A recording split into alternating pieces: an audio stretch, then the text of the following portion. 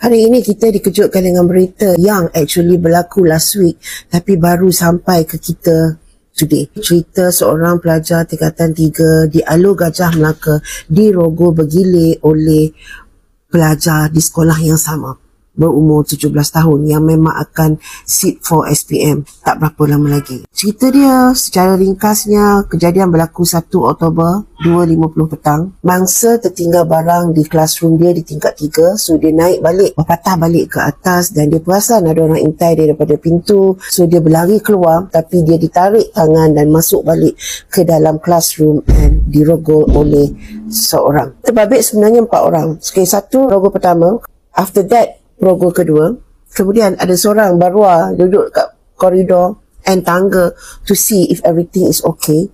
Kemudian ada satu lagi baruah tukang ambil video. So things happen. Mangsa ini tak cerita apa-apa kat sesiapa, trauma, tak nak pergi sekolah.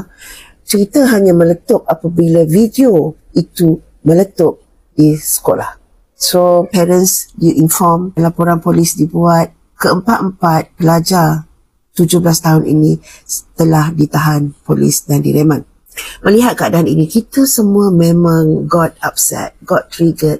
Apa yang kita khawatiri bahawa sekolah ini makin tak selamat, semakin menjadi kenyataan. First, bully here and there, and then sekarang campur pula dengan kes rogoh yang tak membabitkan orang luar tetapi membabitkan warga sekolah sendiri. Banyak yang menyuarakan maybe hukum rotan diberikan semula kepada guru disiplin. Okay, I masih berpegang kepada CCTV is a must. Mesti ada CCTV. Sekolah-sekolah di Malaysia mesti diequipkan dengan kemudahan CCTV.